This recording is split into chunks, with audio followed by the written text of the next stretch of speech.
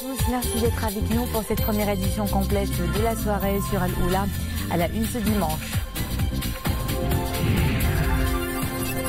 60 ans se sont écoulés depuis la visite et le discours historique prononcé par Feu Sa Majesté Mohammed V Mohammed Rizlan. Un moment fort et tout un symbole des liens profonds et solides entre le trône et la population du Sahara marocain. Le tissu associatif s'active à l'adresse de la population des zones montagneuses. À Ifran, une caravane médicale sillonne en ce moment la province et ses communes. Le ténor Wassim Zaz et la soprano Leila Madjinouch, deux voix d'opéra qui se sont croisées le temps d'un concert de chant lyrique. Une soirée nostalgique qui a revisité les classiques allemands, italiens et français. Ce message de félicitations tout d'abord de Sa Majesté le roi Mohammed VI à l'émir de l'État du Koweït, son Altesse Cheikh Sabah Al-Ahmad Al-Jaber Al-Sabah, à l'occasion de la fête nationale de son pays. C'est un événement historique illustrant les liens profonds et solides entre le peuple et le trône que nous commémorons ce dimanche, le 60e anniversaire de la visite historique de Feu Mohammed V Mohammed Rizlan. C'était comme ce jour en 1958. Le défunt souverain était accueilli en héros sur ces terres marocaines.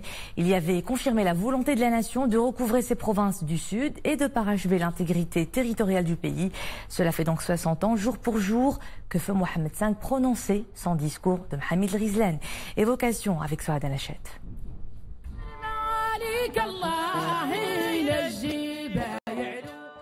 Le Maroc venait à peine d'arracher son indépendance lorsque le père de la nation décide d'effectuer du 20 au 26 février 1958 une tournée dans la province de Ouarzazate.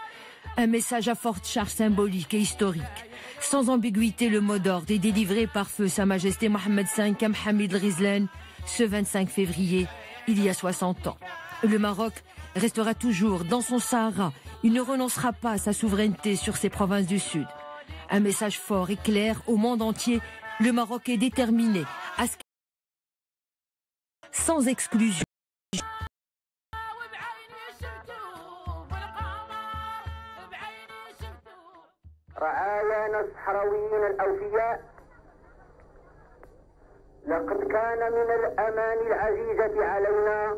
Nos fidèles sujets sahraouis, c'est un de nos vœux le plus cher de visiter cette partie du Sahara marocain, aller à la rencontre de ses habitants, leur exprimer tout l'intérêt que nous leur accordons et de raviver cette belle tradition perpétuée par les souverains marocains qui avaient pour coutume de visiter le Sahara de temps à autre.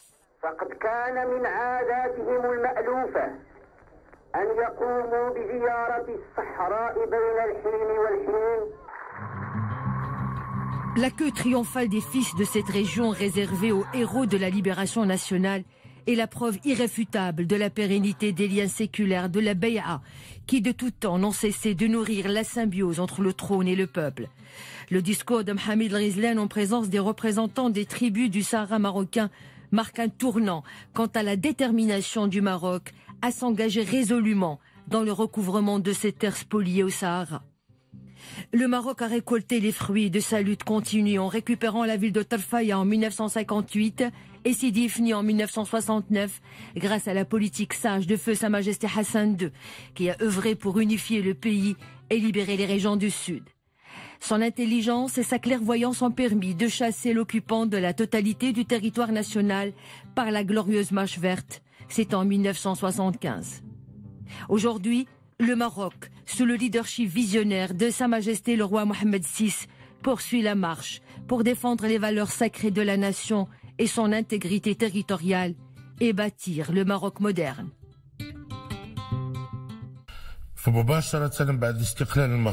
Dès que le Maroc a eu son indépendance, bien avant que la question du Sahara ne soit consignée aux Nations Unies en 1963, alors qu'aucune revendication ne portait sur la libération du Sahara, à l'exception des demandes légitimes formulées alors par le Maroc, mieux encore, bien avant que l'Algérie ne devienne indépendante.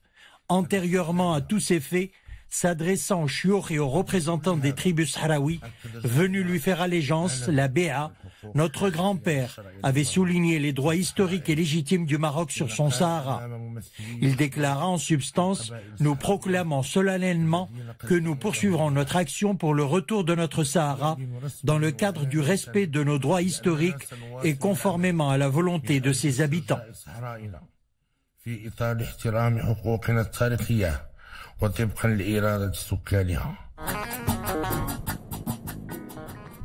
60 ans après, l'esprit de Mohamed El-Ghizlane est toujours aussi vivace.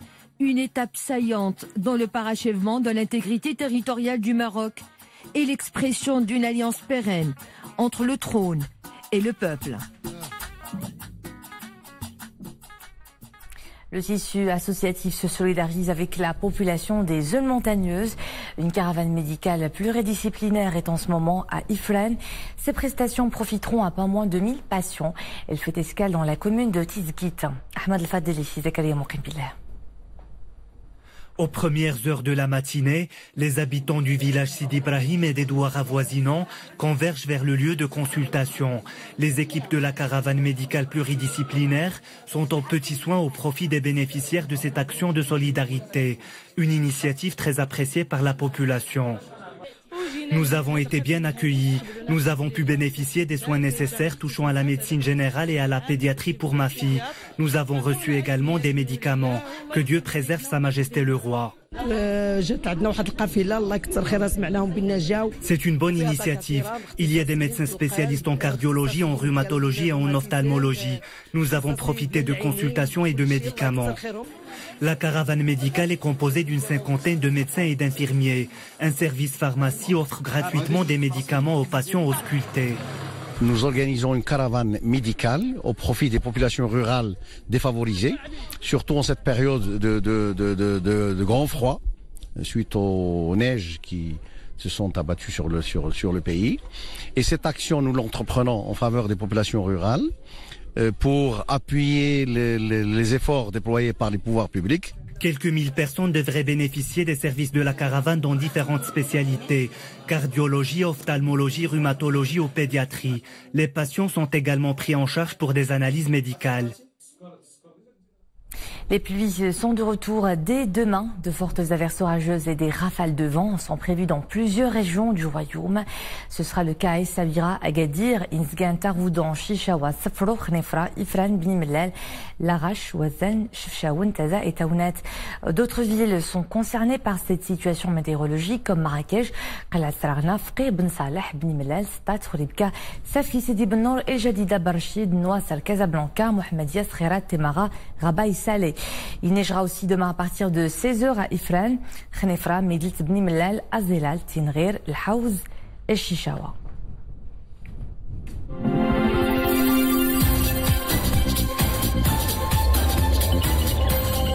Les armes ne se taisent pas dans la route orientale. Les raids aériens du régime syrien se poursuivent. 2 frappes ont ciblé le secteur de Chifounir à la périphérie de Douma, la grande ville de la route orientale.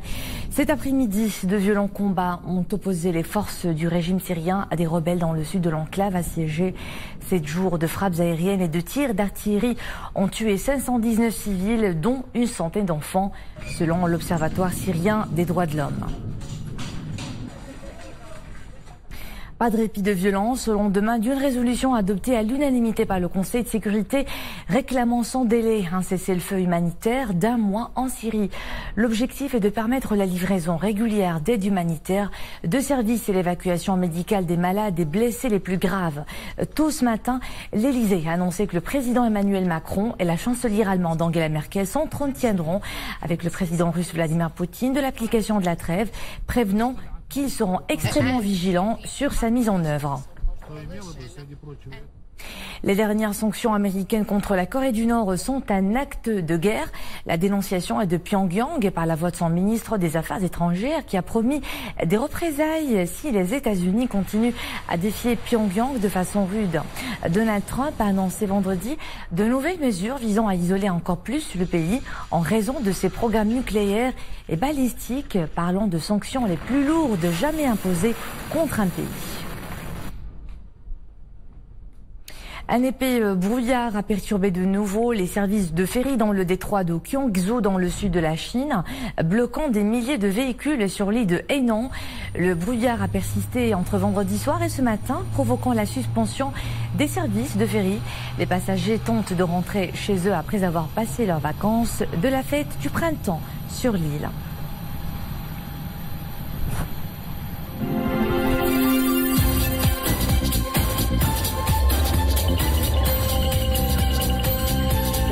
Terroristes, déradicalisation, séparatisme, autant de fronts analysés et expliqués par le journaliste écrivain français Alain Jourdan dans un livre très édifiant, Le Maroc sur la ligne de front. Un livre de référence pour mieux cerner la stratégie sécuritaire du royaume et qui a valu aux services marocains d'être cités comme modèle, y compris par leurs homologues européens, américains et russes. Sarah Katir. Dans son ouvrage Le Maroc sur la ligne de front, Alain Jourdan note que le Maroc fait aujourd'hui figure d'exception dans le monde arabe en matière de lutte contre le terrorisme, grâce à sa stratégie préventive et sécuritaire qui a permis de démanteler des dizaines de cellules terroristes entre 2015 et 2017 et d'éviter bon nombre d'attentats sur son territoire et en Europe. C'est un livre qui a été écrit essentiellement pour un lectorat européen occidental pour expliquer en quoi le rôle du Maroc était fondamental et crucial dans la lutte antiterroriste aujourd'hui. J'évoque le problème du Sahara parce qu'aujourd'hui, le problème du Sahara, il est indissociable de la problématique terroriste parce que c'est une zone extrêmement poreuse qui donne lieu à tout un tas de trafics et qui est utilisée également par les terroristes et qu'on ne peut pas traiter la question du terrorisme sans traiter la question du Sahara. L'ouvrage historique et journalistique décrit l'action du Maroc sur une ligne de front invisible où les détenteurs de la connaissance et de la sagesse font face aux prêcheurs de la haine.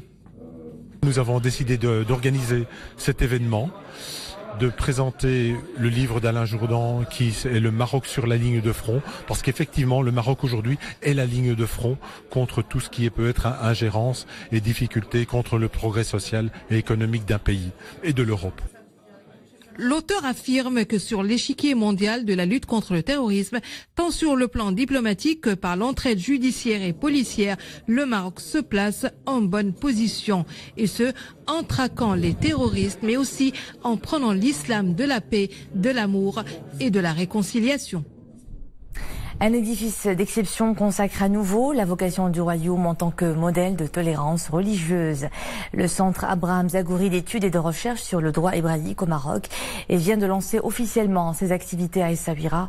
Cette structure académique a pour mission de valoriser davantage la mémoire coutumière et institutionnelle du droit hébraïque marocain et mettre en exergue le patrimoine juridique judéo-islamique du pays. Abrité au centre d'études et de recherche Haïm Zfrani sur l'histoire des relations islam-judaïsme, le centre Abraham Zagouri se propose de contribuer à la valorisation de la mémoire coutumière et institutionnelle du droit hébraïque au Maroc. Le lancement des activités du centre à Essaouira reflète un particularisme d'exception, celui d'un Maroc, terre de coexistence et de convergence des trois religions. La première pierre en termes de substance qui a été donnée à ce projet soit celle du droit et soit celle de la réappropriation, pas de la reconquête, mais tout de même du retour dans notre réflexion collective de ce qu'a été la place du droit hébraïque dans les juridictions marocaines, son histoire, sa signification, sa dimension emblématique et aussi sa très forte et très exaltante singularité qui fait aussi la richesse et la spécificité de notre pays quand il s'agit de dire à tous les autres l'art de tous les possibles. Placé sous le signe d'une nouvelle expression d'un Maroc terre de paix, de concorde et de tolérance, le centre contribuera à honorer concomitamment des juristes juifs marocains et leurs contemporains musulmans. Ce séminaire inaugural invite à ce qu'il y ait une rencontre contemporaine entre le droit hébraïque et le droit musulman. Je l'ai dit tout à l'heure, quand une composante d'une nation est niée dans ce qu'elle peut apporter à l'universel, cette composante de cette nation ne peut être que mutilée, rompue et défaillante. Donc l'exercice d'aujourd'hui est un exercice de paix, est un exercice de partage. L'importance de cette structure académique a également pour mission de mettre en relief la place, le rôle et l'influence de l'école hébraïque andalouse, puis marocaine sur le monde judaïsme mondial, et d'entamer des études sur la porosité du droit hébraïque, particulièrement avec le droit musulman. Une soprano et un ténor bien de chez nous, Wassim Zaz et Leila Madjinouch, ont offert un véritable moment de détente et de nostalgie à ceux qui ont assisté à un concert de chant lyrique. C'était hier à la Bibliothèque nationale du Royaume à Rabat, un concert gratuit qui a revisité les classiques allemands, français et italiens. Adna Al-Harras, Znisrin Aouzdar et Boukr Ben Gabrit.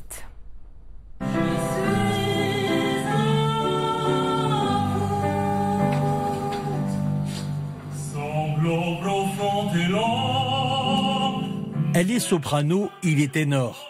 Leila et Wassim ont valsé hier avec leur passion commune. Ils ont partagé la scène avec beaucoup de grâce et de générosité. Ces jeunes artistes ont revisité les classiques de Mozart, Bellini et Puccini.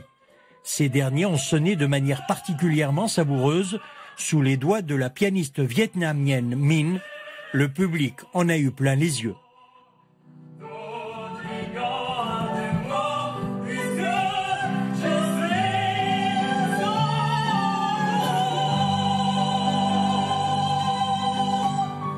C'est un chant qui reflète beaucoup de créativité, qui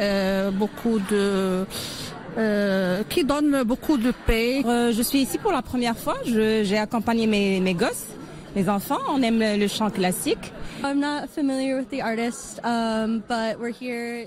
Je ne connaissais pas ces artistes. Il m'a été agréable de les découvrir. J'aime le chant classique. J'aime surtout découvrir des artistes d'horizons divers.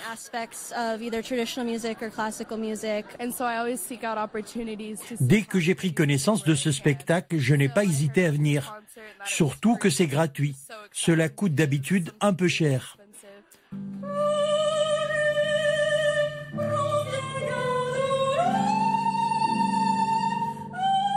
Ce trio magique se lance justement dans la quête d'un public plus large, d'où la gratuité du spectacle.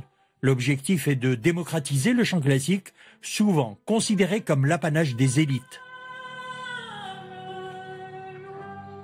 Le public aujourd'hui n'est pas un public qui connaît le chant classique.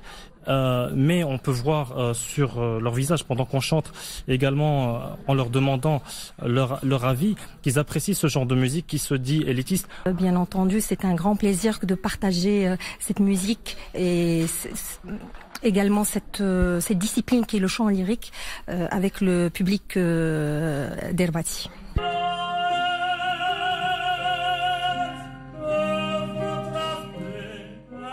Les jeunes artistes ont également chanté en solo. Avec ces lignes mélodiques envoûtantes de l'époque romantique, ils ont tour à tour émerveillé et fait chavirer aussi bien les mélomanes avertis que les novices.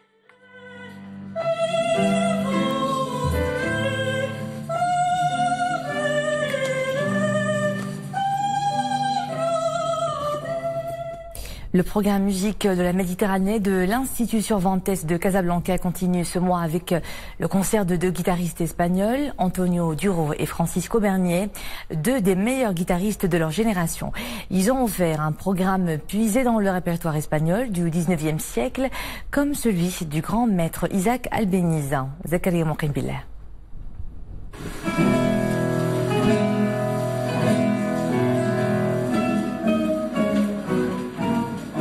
Avec élégance et virtuosité, les guitaristes espagnols Antonio Duro et Francisco Bernier interprètent des morceaux de guitare du 19e siècle, un duo prestigieux de deux grands artistes.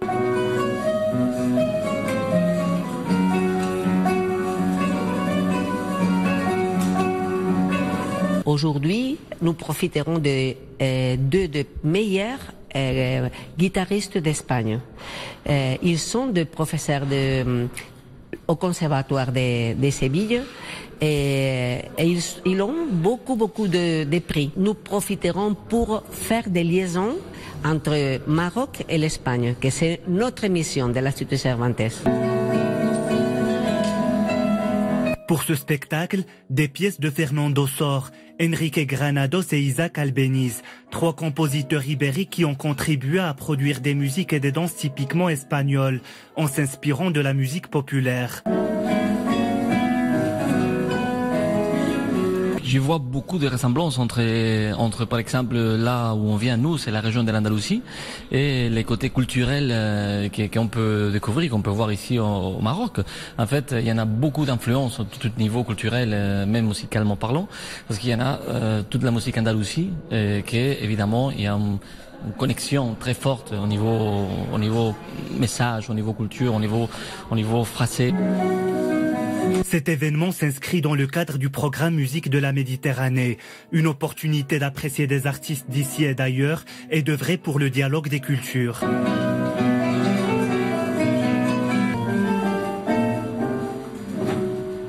Et sur cette actualité culturelle, nous nous quittons à 20h30. Nadia El Mouden vous accompagne pour une nouvelle édition complète de la soirée. Au plaisir de vous retrouver demain.